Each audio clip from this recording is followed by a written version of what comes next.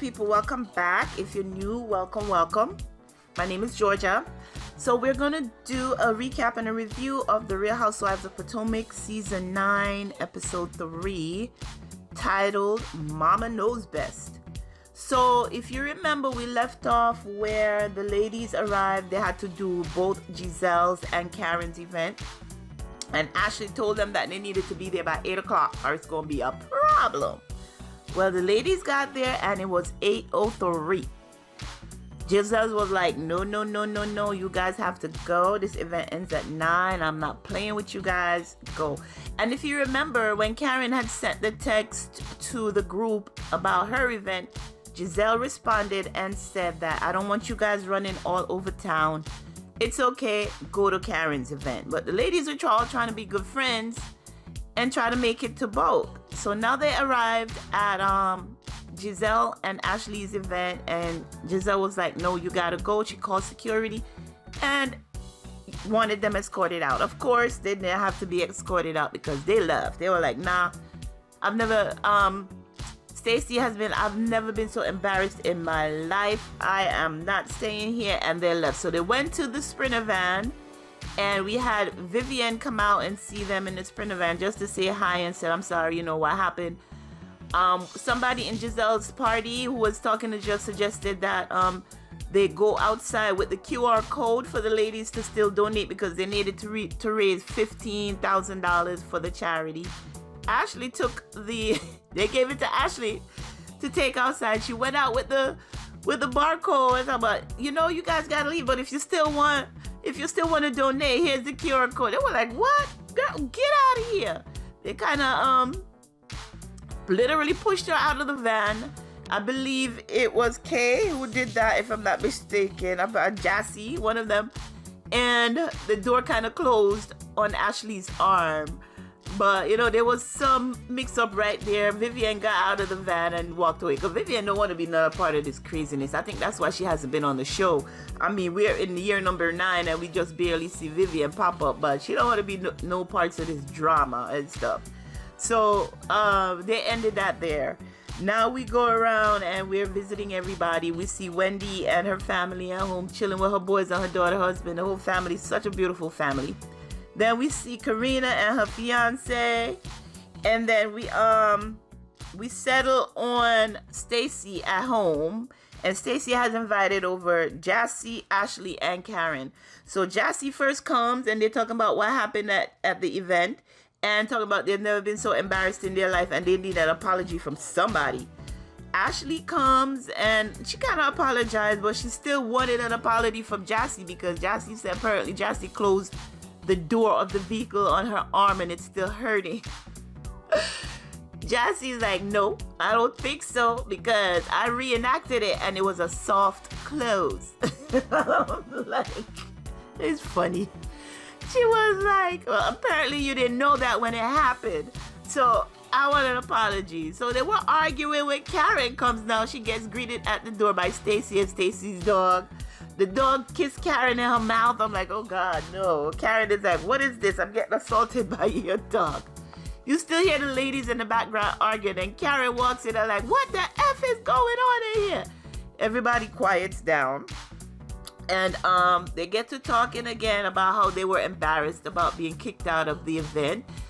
Ashley tells Karen, you knew about Giselle's event from your birthday party, so what you did was shady. She's like, our thing was planned weeks ago and you just hijacked the event and that's not cool.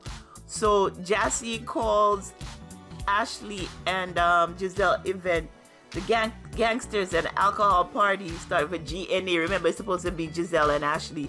She called it gangsters and alcohol party because of the way they were treated. Somebody found that to be funny. Even Ashley, she's like, don't do that. Don't rename my event. Now we get back to where we do a flashback of when we had Ashley bring a bounce back basket. A bounce back basket for Karen at her party. And it had non-alcoholic drinks. It had 4 Uber passes for you guys to take the Uber for her not to drive. Because remember, Karen is in a bunch of mess from her accident. Even though it was a one-car accident, she did hit a tree. So Karen was like, I knew you were up to something when you gave me the 4 Uber tickets. I should have given them back to you so you could cash them in to take care of the human that you have on your foot. And everybody was like, huh? And then Ashley was like, what? You coming for my bunions? You coming for my bunions? And Ashley lifts up her leg and put her foot on the counter, on Stacy's countertop, her island. And she's like, yeah, and I got another one. And she lifts up her other foot and put it on the other side of the island. I'm like, these ladies are crazy. And Ashley was like, y'all gotta stop now because you're making me laugh. And I'm not supposed to be laughing. It's supposed to be serious. You're making me laugh. So they talk about, being invited to Mia's event. What's her name? Karen apologized, but it's already too late. She already got what she wanted. So Karen apologized to them and stuff. Then we have Stacy going into the confessional. She's like, Ashley is a beautiful woman from head to the ankle. And I'm like, oh shit. The jokes, the shades, they are flying in this episode. So yeah. So that was funny. I think we left them there. At one scene, we see where Karina is at home with her fiancé and her mother came over and she was making breakfast for him. And she's telling her mother that her fiancé hate her eggs. I don't know if he hate all her cooking, but that plate did not look appetizing, girl. And her mom is like, I'm just coming over to check on y'all. Remember, it's God first, family, and then money. I'm like, there it is. There it is. And Karina was like, like, no, girl, we're not going to talk about that. This is my relationship. Her mom looked just like it's her sister, young mother. I'm like, okay, we see where you're coming from, Ma. All right, so we leave them there. Then we have Wendy and her mom at home. They're cooking. Her mom is saying that Wendy does not cook enough authentic African meals, so therefore she got to come over and make the food. They have their daughter, her little granddaughter in the kitchen helping as best she could. But her mom is cooking, and she tells her mom that she's going away for her birthday, and while that Mia invited the ladies on a ladies trip, and while she's away, she's going to be celebrating her birthday. However, she is going to throw a party for herself, and it seems like Eddie's parents are finally coming around. The mom tells the story that, there was an event, because, they run in the same African circles. There was an event where she saw Eddie's mom, and she goes over to approach her to give her a hug, and Eddie's mom was like, no, girl, I ain't with that. So she says since then she haven't said a word to her. This is Wendy's mom. She's like, if it's gonna happen, then it's gonna have to come from her end. So Wendy's telling her that she's having a party and she wants to invite, Wendy's Eddie's parents. And she was like, fine, go ahead. We want to turn a new leaf. I'll be okay. I promise to behave myself. So that's where we have Wendy and her mom, talking and stuff like that. Now, it brought tears to my eyes, this scene. We have Giselle, the twins. We have the twins getting ready for prom. And we see Cal, Cal is our friend. He's doing the girls' hair. And we also have Grace coming home and helping as well. So everybody's helping to get them ready for prom. Their dad is there. Pastor Bryant came in for the event. Giselle said that events like this, her father would come into town and make sure he's there to witness it and stuff. So it was sad not having her dad there. But the girls, they looked beautiful. They were trying to decide what time is a good time for curfew. And everybody came to an agreement that 12:30 is good because one teen is a homebody and the other one likes to turn up. So they had to meet in the middle. And, they got their blessings. They took pictures as a family and stuff. But they look beautiful. I'm like, they look gorgeous. So the young girls, they're off. Giselle said next year when it's time to take them to college, she's going to have to take a Xanax because now she's an empty nester. Because remember, Grace left for college. And then now we have the twins leaving. So it was just good to see that. Because we've seen them grow up on the show. We have seen them grow up. But yeah, it's time for them for their prom and for them to go off to college. So that was good to see. Giselle tell us that she lucked up when she divorced from Pastor Bryant because she met Cal through Pastor Bryant. That was his friend. And when they got divorced, she kept Cal and the girls. And she's just happy for that because Cal is a great guy. He gives some great advice. So it was good to see everybody there. It was even good to see Pastor Jamal give Cal a nice hug. He was trying to give him a little pat, and Cal pulled him in like, no, that's not how we do it. This is how we hug. And they hugged each other nice and tight. So it was just good to see that friendship right there. Now, we have Mia and Ink, Jacqueline and Jacqueline's children's father, who she called PP, per something parent. And the reason they're not meeting at Mia's apartment, she said they can't get no peace and quiet being in their own apartment because Gordon just pops up all the time because he's in the building. Gordon moved into the building and he will find a reason every time to come over for something. And, you know, so in order for them to have any like peace and quiet or do anything fun, they got to rent an Airbnb. So at this moment, they're in the Airbnb just to get away for a little bit. And with them being there, Jacqueline is celebrating her children's father's birthday. So he comes over and everybody meet each other and greet each other. And we have Ink asking him, we have the Jacqueline's children's father asking Ink if he's a father. And with that, the producers pan the camera over and focuses on Gordon's son. I'm saying it's Gordon's son because he looked just like Gordon. That little kid does not look like Ink. That is not his child. That is Gordon's child. Now we go back a little bit to the history. We find out that Jacqueline was dating Ink in high school. And he said he leave to pursue his career because they grew up in North Carolina and Ink moved to Georgia to pursue his career and, build a business. And Jacqueline stayed behind and that's how they lost touch. And then she got with Gordon. And then for all these years they were together, but now they found their way back together. Jacqueline is letting us know that when Mia and Ink broke up, Ink was trying to push up on her. But how's he going to do that all the way from Georgia? I don't know about you, Jacqueline. Sometimes you be telling stories. And we all know that, Mia has told us the story about you two participating in things together as a group. But I don't think that's true what you're saying about Ink. With all the women and stuff available in Georgia, why would he come after you?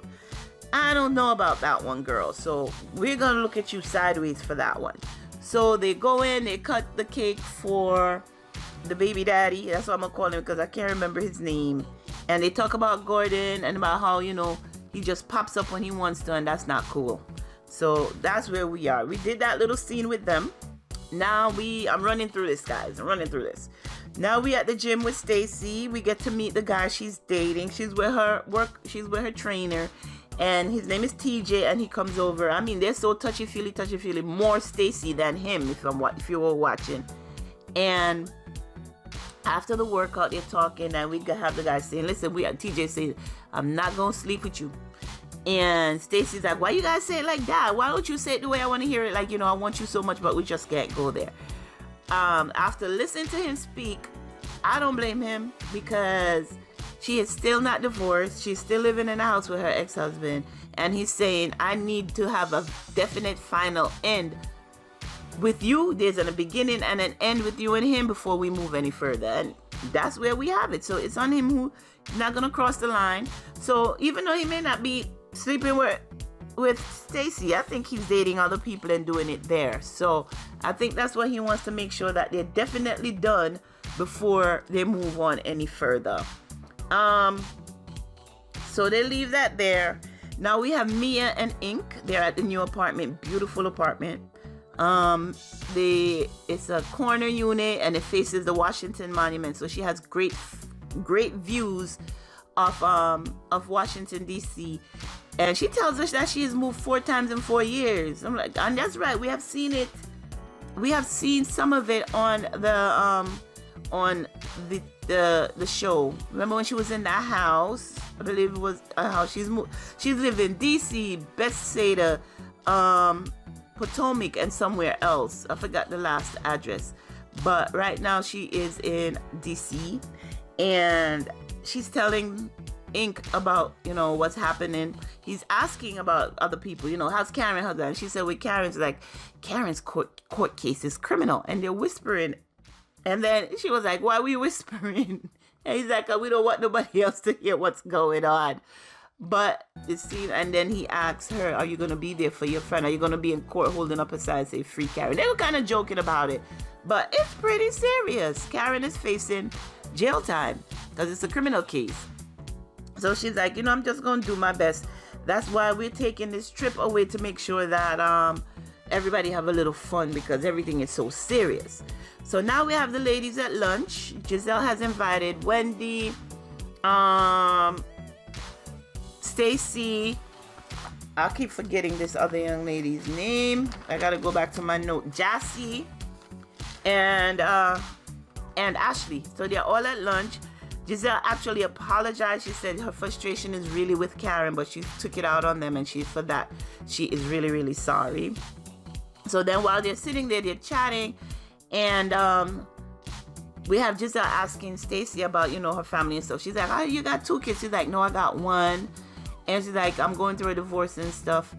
And then Giselle was like, oh, do you really want the divorce? Because you seem so sad. Because I know when I was going through my divorce, at the end, I was truly happy. And then we have Ashley saying, that's because she got a man. That's because she got somebody else. And Stacy was like, oh my gosh, girl, you spilling all the tea. I invited you in my house and multiple times talked to you about my stuff. Not for you to come here and spill my tea over charcuterie and drinks. And then Ashley goes in the confessional and tells me, I didn't know it was a secret. She talks about how she's so much friends with Vivian. I figured TJ was the same thing. She didn't have to worry about it. So, you know, Ashley was she was defending herself, let's say. But Stacy wasn't for it. Then we had Wendy walk in, and Wendy's like, hey, what's happening? And they're like, Giselle just apologized to her. And Wendy was like, what? That's a first.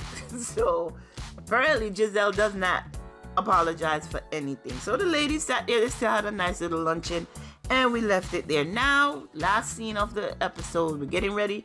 The girls trip, the ladies are at the airport, and everybody's like, where's Stacy? And Mia's like, well, Stacy's gonna drive because she doesn't like to fly, so therefore she's gonna drive. She had a friend, or a mother's friend, who passed away in an aviation accident, and with that, she's not gonna fly with us. So they get to the other side of the trip. They get to the Queen City, is it North Carolina? And they're all in their different vehicles. She rented black cars for everybody, you know, the big Jeeps, those black cars. She rented for them, and then everybody is heading to the I think it's her property. I think it's Mia's property, or she rented a property. So the Airbnb. And with that, now she's in the car talking to Karen. This is Mia talking to Karen, because just her and Karen in one vehicle. She rented 3. And she was like, Karen, how are you? I'm checking on you. Karen's like, I can't talk about it. She's like, girl, but the internet is. And that's why Karen's like, go ahead and read what the internet is saying, though. She's like, eventually it's going to catch up, because Karen is not trying to acknowledge that she's done something wrong. And eventually it's going to catch up, and it's not a good look. And that is where the episode ended. So when we come back next week, now we're going to see them actually talk about it. Karen is going to get into it with either Karina or Jassy. I'm not sure which one of the ladies did it, but it's going to be interesting. And we're going to move forward with that. All the ladies are in North Carolina on Mia's dime. Mia has brought the ladies together again. And it should be really interesting. So that is where we are with it. The Real Housewives of Potomac season. They keep forcing Karen to try to talk. Real Housewives of Potomac season 9, episode 3, talking about Momma Knows best. They keep trying to force Karen to talk about what happened to her, and she's not gonna. So they might as well just give it up. You know, that's what I say. Let's just give it up. So that is where we are. Make sure you check out the links in the description. Like this video, share this video, and leave a comment. And until next time, be sure to take care of yourselves and your families. Bye-bye.